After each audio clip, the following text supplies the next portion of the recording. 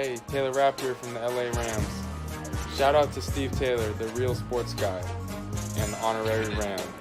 When Steve's talk sports, you better listen. Thanks, Steve from the Rams, for your continued support and love. We are taking it all the way this year, but you already know that. Go Rams.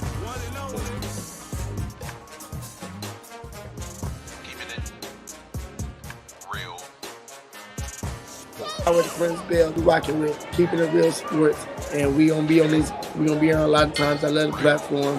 Check in, it's the new wave. Like, follow, subscribe, and do all that good stuff.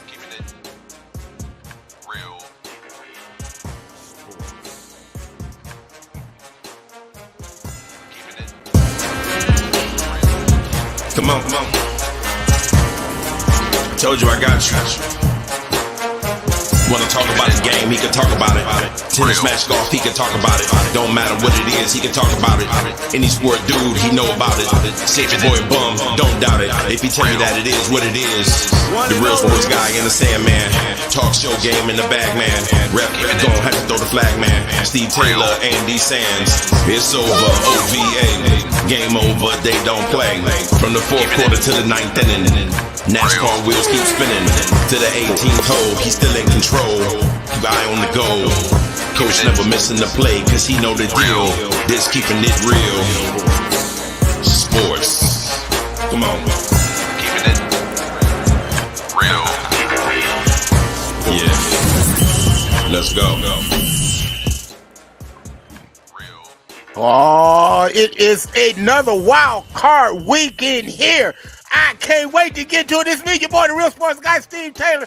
Sandman right there, Sandman. We got a big show for him. NFL, check. We got Between the Circles. You gonna drop that stuff live, give the updates on what's going on. We got the NBA team of the week, and of course, we'd be remiss if I didn't give you the Fab Five from the BDI. What's going on, my brother? How you doing? Steve, I'm doing great. We got a great show today, lots to get to. Let's just get right into it, man. It's hot off the press.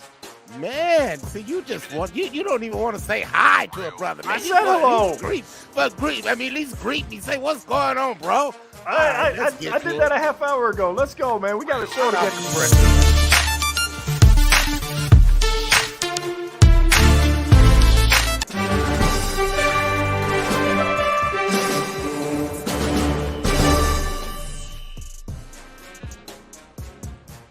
All right, Steve Taylor, how do you not talk about the Australian Open hot off the press, right? I mean, I know that there's a big time difference in everything, and it's hard to watch the matches, but you and I have been keeping track of these matches, right? And we have the updates for everybody. But the thing that most people don't know about is that the players are not happy right now with how the tournament has gone so far in terms of the schedule and in terms of the types of balls that are being used out in Australia. They're saying they're a lot more fluffy, they're not as hard, so they're not hitting the court and driving off the court as much as they should, and so they're longer matches. Andy Murray, a perfect example. He had 2 5-setters and a 4-setter before he bowed out of the tournament last night. Yeah, bowed out, man. He didn't bow out. He was not granted a bathroom break. How can you not grant the man a restroom break? He was fighting that demon as well as the demon across the net from him, man. That's not right. Come on, Australia. You're better than that, man. Hey, look, you need to treat us better than this. You know what this should be called? It should be called the Upset Open, because that's all that's been happening. They've been dropping like flies. All of the top seeds gone. And can somebody please explain to me how in the hell Djokovic is ranked number 4? Yeah. Well, we talked about the fact that he and Nadal could have matched up in the final, right? Well, unfortunately, the injury bug has hit Rafael Nadal once again. He goes out in the second round earlier this week due to a hip injury. And speaking of injuries, Steve, Australian's own Nick Kyrgios doesn't even get to play in the tournament. He had to pull out because of a knee injury. It just really disappointed that happened, because I was excited to see him carry that momentum from the U.S. Open into the Australian Open as well. But you talked about the upsets. How about this? Both number 2s for the men and the women end up dropping this week as well. But the Americans are the story of the tournament, Steve. Four Americans into the 4th round for the first time since 2004. Yeah, but the top-rated American male is out like a scout on a new route. You know, man. I mean, and we're starting to see this. TFO out like a scout on a new route. The only thing that's keeping us going is Coco Golf. Let's go, Coco.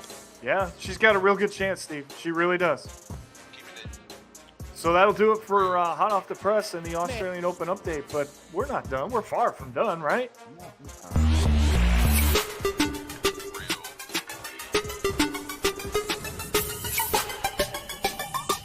Oh, by the way.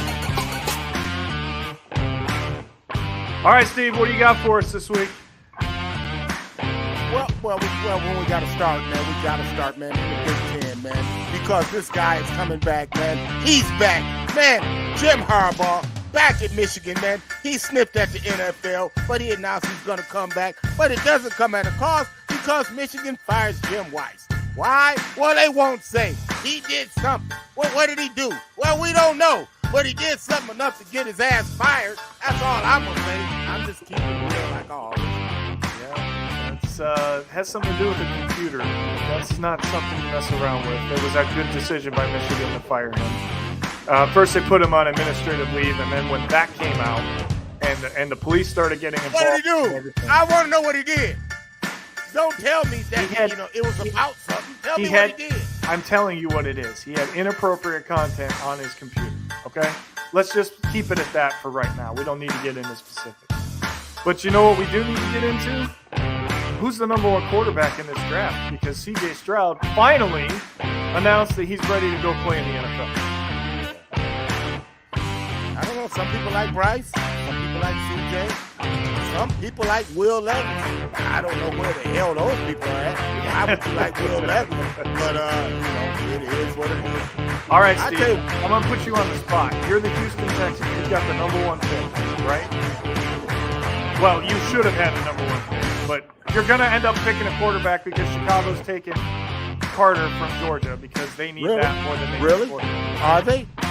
See, because you don't know that. See, the whole thing is Chicago, man, holds the whole, man. They hold the ace in this because they don't need a quarterback. They got one. All right, well, maybe they trade the pick. We don't know, right? And that's what they're probably going to do. Okay, so let's say Houston ends up getting that pick as far as a quarterback goes.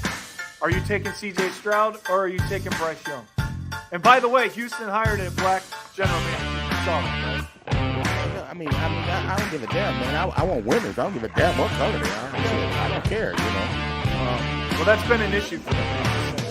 But what's been an issue is firing black head coaches after 1 year hiring them. That's been a damn issue. You want to talk about an issue? Yeah. That's it. Yeah. You know, if I'm an African-American coach, I don't want to go there to coach because I'm only going to be there a year. All right, C.J. Stroud or Bryce Young, who you got? CJ. Come on, man. All right, there you go. Gotta go C.J. You know what we have to do now? It's time to go. Yeah, I know, man. You know, man, put you to work, man. You need to get to work. Put me to work. Come on, let's go. Come on, put me to work.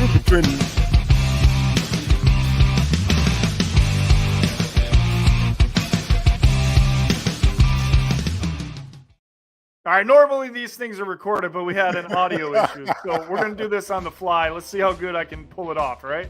All right, let's start with the Boston Bruins. They are the best team in the NHL for a reason, and there's actually two reasons. It's these guys, Jeremy Swayman and Linus Ullmark. They are the only goalie tandem in the league that have allowed less than 100 goals at this point in the season. Steve, the Bruins are 36-5-4, 8-1-1 in their last 10. They have 76 points. Nobody's touching them right now in the East. But you know what that means. That means they win the President's Trophy, which normally means they don't win the Stanley Cup. All right, keeping it in the Eastern Conference, let's talk about this guy, Steven Stamkos. What an amazing career he's had, 2 Stanley Cups. He scores a hat trick the same night as he scored his 500th goal. Congratulations to him. Now, we talk about tanking a lot, right, in other sports, in the NBA, maybe even in the NFL, where you're going to see it this year in the NHL without the NHL trying to figure out that that's what's happening. And here's why. He's the next Connor McDavid. His name is also Connor. It's Connor Bedard. He's a right-handed player as opposed to McDavid being a left-handed player. But look at these numbers. In the last 10 games, 17 goals, 22 assists, 39 points, and he's averaging almost 7 shots on goal per game, and he helped Canada win a World Junior Championship. This kid is for real. All right, and I have to, before we go, I have to be a little bit of a homer here. Okay, everybody knows how much I love the Buffalo Sabres. It's been a rough 10, maybe even 15 years.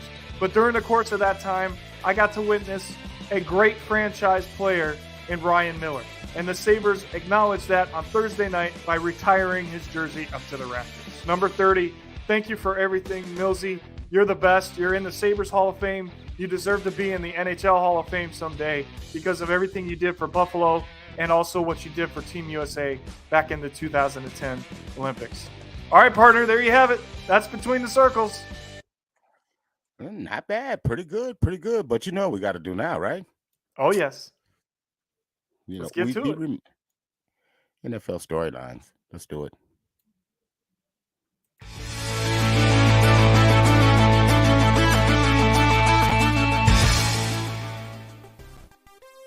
We're actually going to start in Cleveland, right? Okay. And here's why. Homer. They did something right, and you even admitted it, okay? Finally. They hired the right guy as the defensive coordinator. Steve, I really like the marriage of him and what he's going to do with Myles Garrett. I think this is the perfect hire for the Cleveland Browns. And the other reason I like this is because if Kevin Stefanski doesn't give up play calling and cost himself his own job again this year, you have a guy in Jim Schwartz that's been a head coach that can step in and get it done.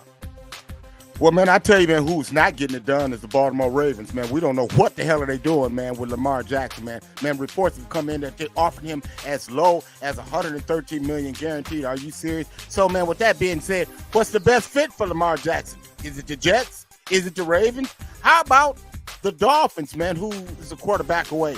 But in the team, the dark horse is coming in. The Atlanta Falcons. What's the best fit for Lamar? Who do you think is the best fit? The Jets, Jets, baby. That's ready-made. I agree. I think that's the perfect fit for him. Because I think Miami's going to end up with either Tua again or possibly Tom Brady. All right. Enough of those guys. Let's talk about the teams that matter. Okay. Before we look ahead, let's look back at what happened last weekend. All right, let's do that. Andy, I hate to be the guy that told you so, but I told you so. And let's go to Jacksonville, where it happened on Saturday night. Wait a minute. What happened? Well, my brother Andy shot me a text message in the first half when Trevor Lawrence, Sunshine, threw 4 INTs. When my brother said, he ain't arrived, Steve, I said, give him a break, Andy. It ain't his fault. Give him a break. And my dude comes and throws 4 second half TDs, 4 tubs. I told you, man, that Justin Herbert wasn't ready. I told you that Sunshine was ready. Wait.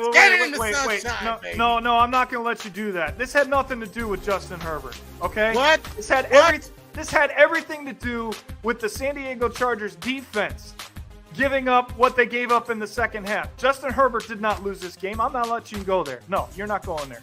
That's not happening. What I'm going, and here's where I got you.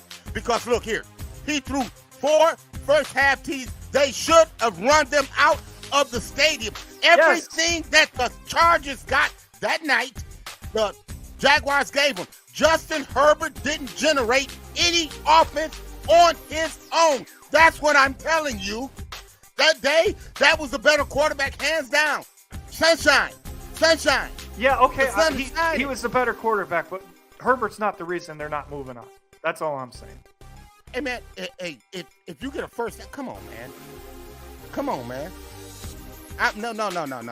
No. You got to generate some kind of offense. You got to stop the guys trying to score. You have if you get first downs, you have a 27 you're not going to have lead. the ball. You have a 27-point lead. If they were up 27 to nothing, 31 I know 30 that. And 27 to nothing. Exactly. Dude, 27 to nothing. You can't give up 31 points when you're up 27 to nothing, Steve, and you know that. Next game. Andy, and you're right, but you still can't. You can't score 3 points in the second half. I agree with you on that, but that's not all Justin Herbert. That's play calling, and that's why Brandon Staley shouldn't have a job right now. All right. So let's go to the other one. Danny Dimes. Who saw that one coming? Not a lot of people. I know that. You know, you got to give him credit, Steve. He played exceptionally well. And other than the last throw of the game, Kirk Cousins actually played exceptionally well as well. I don't know what he was thinking not throwing to the first down marker. But you got to give the Giants credit. They came in with the game plan. And once again, they exploited a weak Minnesota defense that, to your credit, you called out last week. Even though we both picked the Vikings, you said that their defense could cost them their season. And we never really picked that game. Neither one of us really picked that game. You kind of felt the Vikings. To me, I thought it was a pick 'em. It was a 50-50 game. I knew the Giants. I said the Giants would be in this game. They weren't to beat themselves. The one thing that I had faith in was Brian Daboll. And I said that time and time again. I got trust in him, man. Brian Daboll over Kevin O'Connell. I've seen Daboll be there and do that before. The rings and things that they sing about, he can bring them out. Yeah, for sure. Well, he's got the experience, and there's a reason he was the most sought-after coordinator to become a head coach, and the Giants happen to win. The reason why the Buffalo Bills, man, look like they look, man, now. You know, I'm just saying, they ain't as buttoned up as they were, man. They're not as buttoned up. All right. Well, let's talk about the Buffalo Bills, and let's talk about the teams that are now playing this weekend. Here we go. This is the updated bracket. You got today's games will feature Jacksonville again on a Saturday, Steve. Maybe it's their lucky day, right? They go to Kansas City to take on Mahomes, your boy, and the Chiefs. It's a 4:30 game. I think that makes a little bit of a difference. Then later tonight, it's the Giants again, and they'll take on the Eagles. Tomorrow afternoon, you've got the Bengals going to Buffalo, and then you've got the Cowboys going to San Francisco. All right, I'm going to ask you, just like I did last week, let's take a look at all four of these games, and let's talk about the confidence meter we have for each team. Let's start with today's game, the 4:30 matchup between the Jaguars and the Kansas City Chiefs. Steve, the Chiefs are favored by 9 in a playoff game? Man. I think that's a little high, but at the same time, they have a better defense.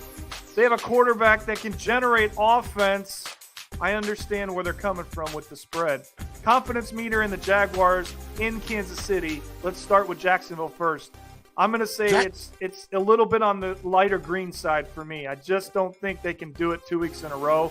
And having to go to Kansas City to get it done, that's a tough ask. So I'm going to put them in the light green for me as far as the confidence level. How about you?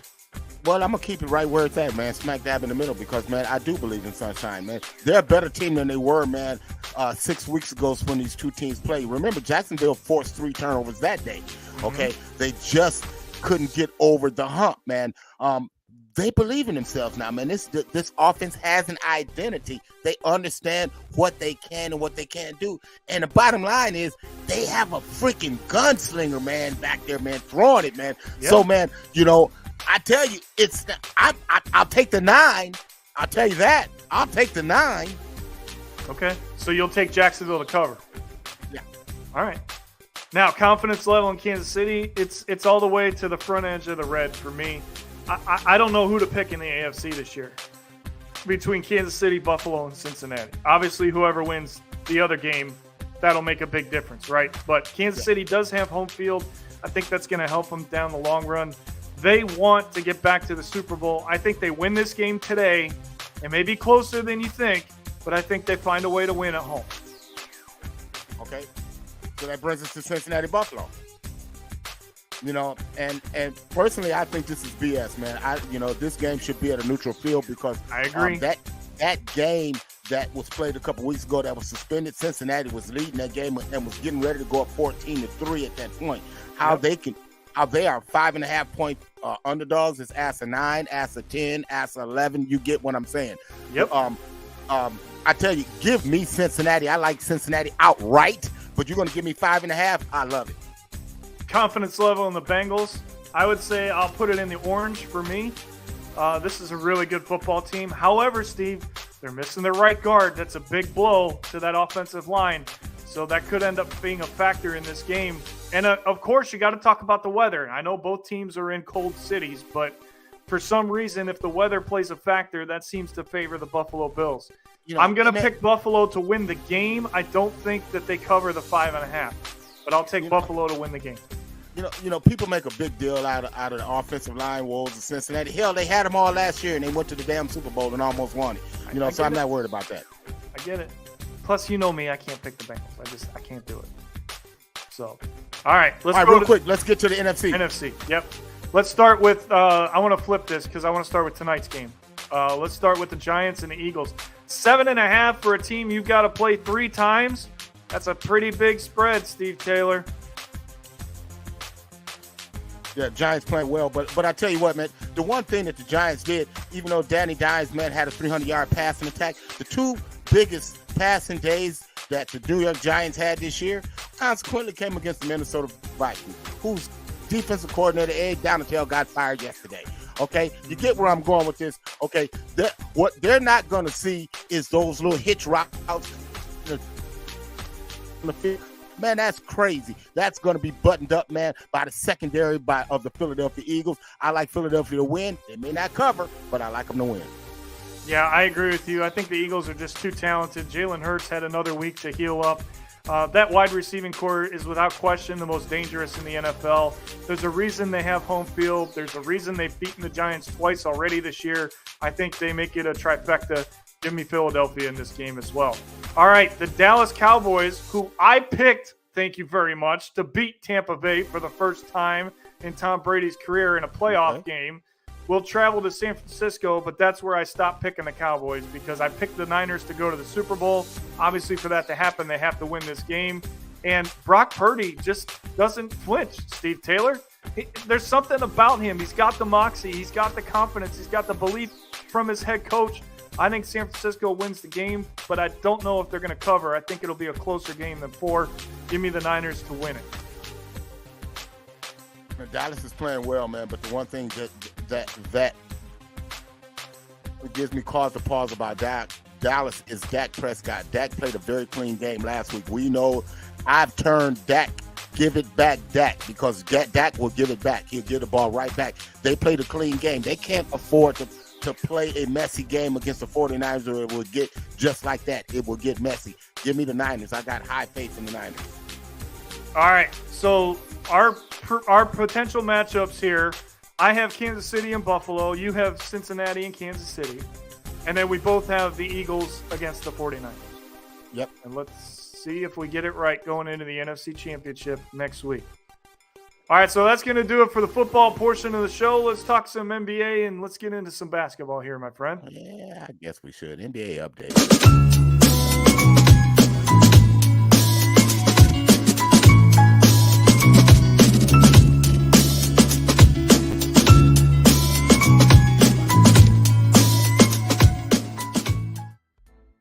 All right, let's start on the WNBA side of things first, Steve, and there's a reason for that, and it's one of the greatest ever has decided she's finally going to hang up her sneakers. Maya Moore retires from basketball. She won 2 championships, I believe, with Minnesota, a couple of gold medals as well.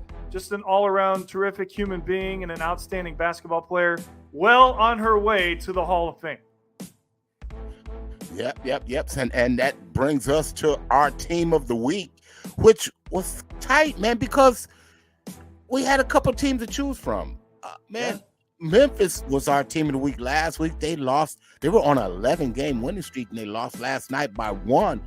But our team of the week, we went with the Denver Nuggets, man. And, man, I tell you, the Joker, he ain't no joke, man. And now he's got help. Man, we could be out west, man, playing the Mile High City, man. You gotta bring his name back into the MVP conversation again, Steve. You have to.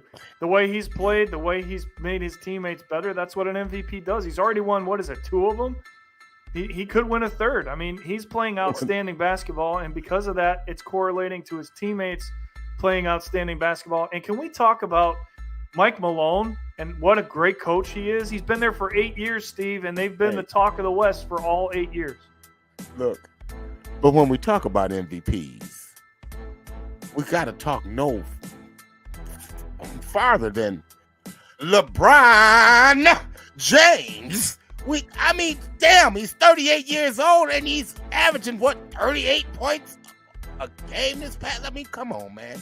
LeBron's chasing history, man. He's running it down, man. He's like 250 points away, man, from catching up Kareem. Yeah, I think he will ultimately catch Kareem, and that's a major accomplishment. But to put him in the MVP conversation, I think the Lakers have to make the playoffs for that to be considered. I'm just saying he's playing at the MVP level. He is. And that's one of the reasons why the rumors around here are that the Cavs might give up some of their younger talent to bring him back over here for one more run. You might want to win. If you want to win, you better put Booby in. If you want to win, you better put Booby in. Yeah, well, hey, that worked once, right? You know? So. All right, let's stay with the hoops, and let's go to the college side of things. Joe Smith seems to be a big fan of LeBron. There you go.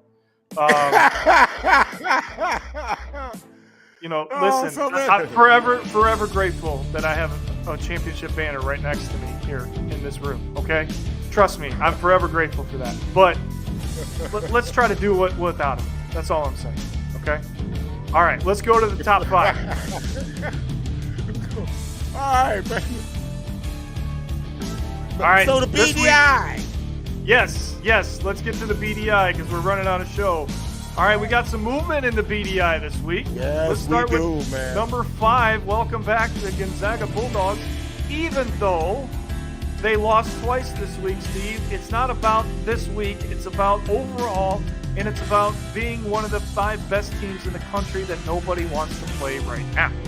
When somebody heaves in a basket at the gun to beat you and break a 76-game winning streak, man, I am not concerned about that. I know that Gonzaga has traveled across the country and played the best teams in this land, and their losses have come to teams like Alabama. Okay, I don't have a problem with Gonzaga. I like the way this young team is coming around. Drew Timme and company, they're coming around. Yes, Gonzaga, 5. All right, still in the top 5, but we move them down from 2 to 4 this week because they lost to Kansas State in a rivalry game on Tuesday night. But the Kansas Jayhawks are still one of the 5 best teams. But, Steve, they always seem to have trouble in that game. If you look at the history of that game and the course of the successes they've had, they lose that game. In years, they win national championships. Again, a rivalry game. Again, a buzzer beater. Again, a one-point affair. Am I going to punish them? No, I'm not. Because my BDI tells me they're one of the top 4 teams in the country. And we've had them as the best team in the Big Ten all year. That continues to be the case. Purdue stays at number 3. They got a scare from Michigan State, but they found a way to win that game, Steve. And you and I agree, the Big Ten is the deepest conference in college basketball. It's not even close. But these guys are the cream of the crop, and they remain that way at number 3. I mean, again, they continue to get everybody's best shot, and they continue to survive, okay? They only lost was a one-point affair earlier in the season against the Big Ten. So can you punish them? No. Purdue is one of the top 3 teams in this nation. Alabama just keeps rolling on. Steve Miller, Player of the Year. It's looking more and more like that's going to be the case. Man, how do you find freshmen like that? I mean, this dude has the entire game. He can stop on a dime, stop it, drop it like it's hot. Man, this dude has the entire game. And if you get up on him, he'll go by you and he'll flush it. Man, Brandon Miller, the real deal. And what's not to like about this team, right? I mean, every week except one, they've been at the top. And Steve, you kind of have to feel like if they get in a favorable bracket, they might be the one team you can just push all the way to the Final Four the way they've been playing. That's good. They'll probably be in that Southwest bracket, man. Here's a team that's going to come at you in ways. Sasser, again, poured it on. He had a team lead 27 points the other night. Man, I mean, this team just continues to come at you in waves. I love the Houston Cougars, man, and they well coached by Kelvin Sampson.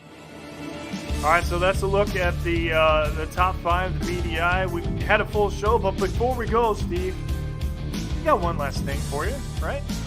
I couldn't believe that I saw this week, so I had to talk about it. Dana White started another professional fighting league in Las Vegas. It's called the Power Slap League, okay? He also now has a reality show on TBS Thursday nights at 10 o'clock, or Wednesday nights at 10 o'clock, where you get to follow these guys' journey into trying to become one of the guys that he selects for the pay-per-view. And then he's got the 2 best fighters in the world, in his opinion, as the coaches to teach these guys. And then the 2 best fighters are going to fight for a pay-per-view for this. It's the Slap Championship belt. Steve Taylor. People are now going to slap the crap out of each other in the face for a living, I guess. Yeah, I guess it's ironic that he would come up with that. I wonder if he come up with an idea from this New Year's Eve when he slapped his wife. You know, when he won that slap affair. Maybe he should wear the belt first. Maybe we ought to give it to him. You know. Yeah. Slap artist. Well, that's why I was surprised that the show ended up airing on TV. But I guess ratings will outwin ethics, right? If it makes dollars, it makes sense. Yeah. You know what makes sense? That's 69 in the books, my friend. Dang, man, that's it, man. Man, I tell you, man, it's been fun, but we got to run. So until next time, we wish you love and peace. Deuces.